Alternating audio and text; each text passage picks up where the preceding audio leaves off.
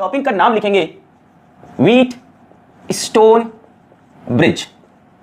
Wheat गेहूं पत्थर का पुल, ठीक है। तो गेहूं पत्थर का पुल हमें बनाना है ऐसा नहीं है। ये एक साइंटिस्ट हैं जिनका नाम है व्हीट स्टोन। उन्होंने 5 रजिस्टर का एक कॉन्फ़िगरेशन देखा जो उनको बड़ा प्यारा लगा और उसके ऊपर नाम रख दिया व्हीट स्टोन ब्रिज। देखो कचक कचक कचक कचक कचक कचियों कचक कचक कचक कचक कचक कचक क्यों कचक कचक कचक कचक कचक क्यों कचक कचक कचक कचक कचक कचक क्यों कचक कचक कचक कचक कचक क्यों।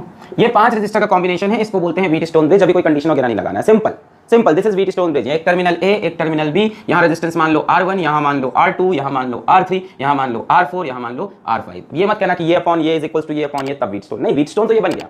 5 रजिस्टर का कॉम्बिनेशन इस टाइप का दिखता है, then it is Wheatstone bridge.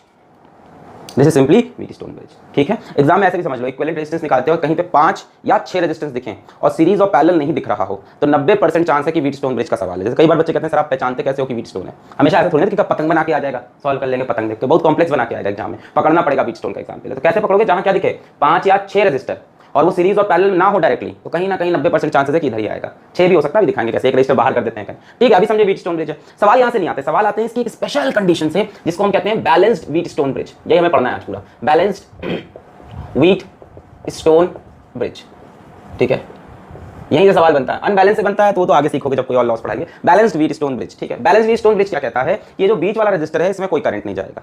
There is no current in mid resistor, उसको मिड रजिस्टर बोला R5। आज के लेक्चर में हम मिड रजिस्टर जब भी यूज करें समझ आना बीच वाले रजिस्टर की बात कर रहे हैं। There is no current in mid resistor R5। अगर ऐसा होता है, इफ दिस हैपेंस है ना, देन ऐसा होता है मतलब यहां कोई करंट नहीं जाएगा। करंट कहां से आया, अरे AB के अक्रॉस एक सेल लगा लो, क्या लगा लो, एक बैटरी लगा लो।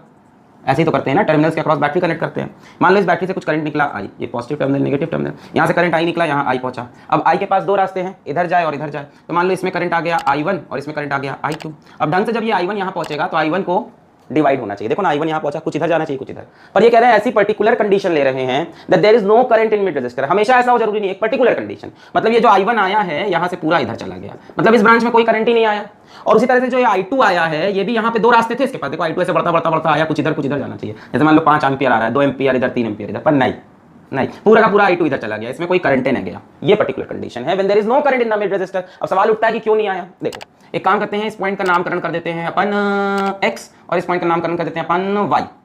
X और Y ब्रांच में कोई करंट नहीं है, इसका मतलब क्या है, भाई किसी ब्रांच में करंट कब फ्लो करता है, when there is potential difference.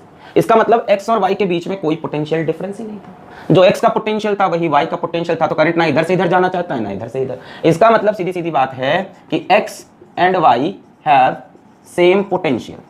तो कंडीशन है कि अगर करंट नहीं फ्लो किया, इसमें से अगर करंट नहीं फ्लो किया, अगर X और Y का पोटेंशियल सेम हुआ तभी करंट नहीं फ्लो करेगा। देखो मान लो ये 20 वोल्ट ये 20 वोल्ट, तो करंट यहाँ आया, करंट का इधर जाना है, उधर भी पोटेंशियल कितना है 20।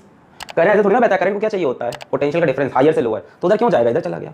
अगर ऐसा हो रहा है then definitely R1 upon R2 is equals to R3 upon R4। ऐसा पक्का हो रहा होगा। जो बाई जो इज इक्वल्स टू जो बाई जो। क्लियर है, R1 upon R2 is equals to R3 upon R4। उल्टा भी सोच सकते हो, अगर ऐसा हो रहा है तो बीच वाले रजिस्टर में कोई करंट नहीं जाएगा। अब देखो इसका फायदा क्या है इसका, मान लो ऐसा ही सर्किट बन के आता है और ऐसा इत्तेफाक होता है जो कि होगा 90% टाइम, 99% टाइम, कि ये बाई ये इज इक्वल्स टू ये बाई, ऐसा ही देते ही है वो, है ना। अदरवाइज ना सीरीज है ना, अदरवाइज कैसे सॉल्व करोगे। अदरवाइज ये कॉम्बिनेशन ए से बी का सॉल्व करने कोई तरीका ही नहीं दिखेगा, किरचॉफ लॉ लगाओ, है ना, लूप लॉ लगाओ, और कोई तरीका नहीं, कैसे निकालोगे। अगर इसमें करंट नहीं गया तो बड़ा फायदा होगा।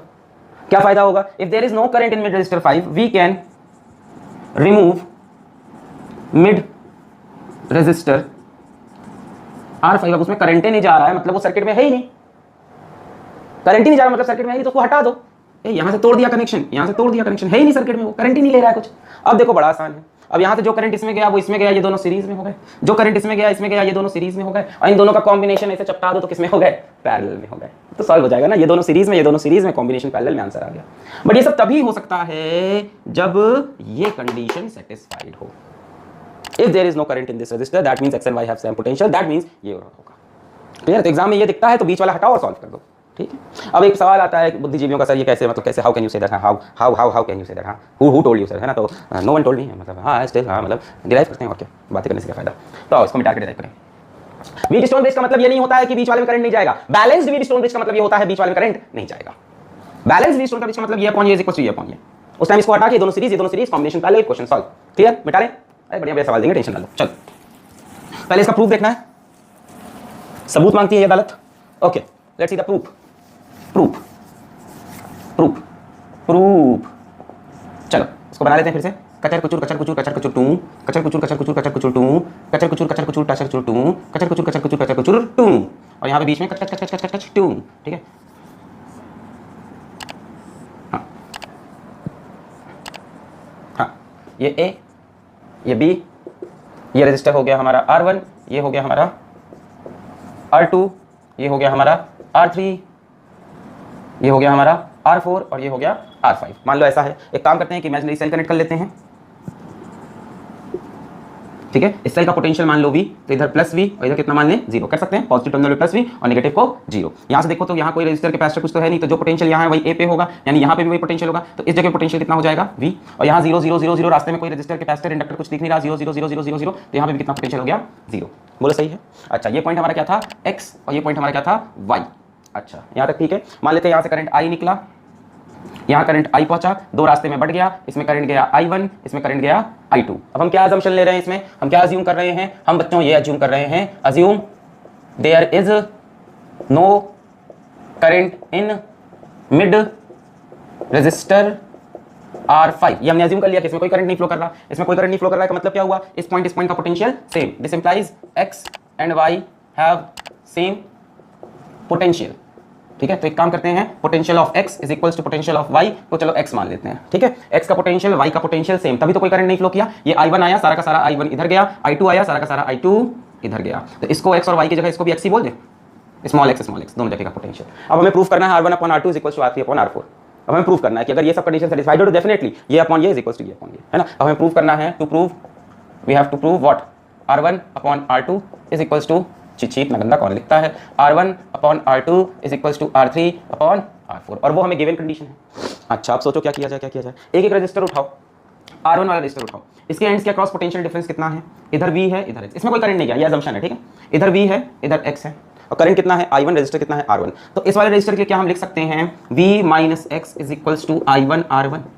सोचो आराम से, delta V is equals to IR लिखा जा सकता है। यहाँ पोटेंशियल V, यहाँ X डेफिनेटली V से कम होगा, तभी तो करंट इधर जा रहा है ना। यहाँ आते आते 0 हो गया पोटेंशियल। तो V minus X is equals to I1 R1। बोलो कोई दिक्कत नहीं।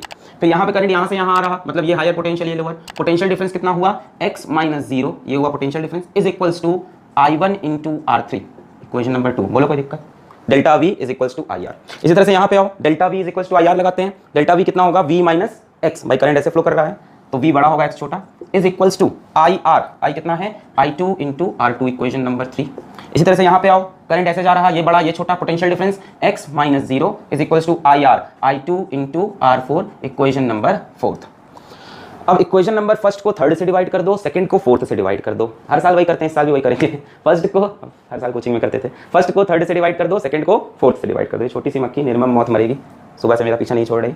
तो divide first by third and second by fourth, कहाँ किया जाए, यहीं कर लें, इसको मिटा दें। चलो हाँ, so first divide by third and second divide by fourth. और करें, फर्स्ट को थर्ड से डिवाइड करोगे तो ये कट जाएगा, तो आपको मिलेगा 1 is equals to I1 R1 upon I2 R2। बोलो सही है, इसको इससे डिवाइड किया, ये कैंसिल, ये अपॉन ये। सेकंड को फोर्थ से डिवाइड करोगे तो ये और ये कट जाएगा, तो आपको मिलेगा 1 is equals to I1 R3 upon I2 R4 मिलेगा। यहाँ से आप I2 अपॉन I1 की वैल्यू निकालो, I2 को इधर भेजो, I2 upon I1 is equals to R1 upon R2।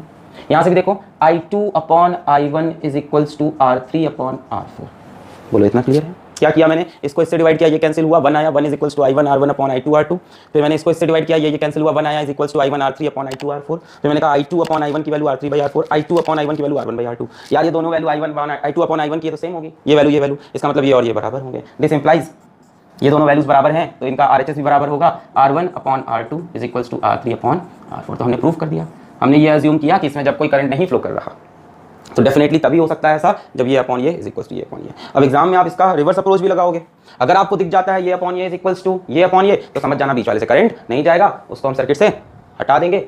ये सीरीज कॉम्बिनेशन पैरेलल, क्लियर है, नोट कर लें।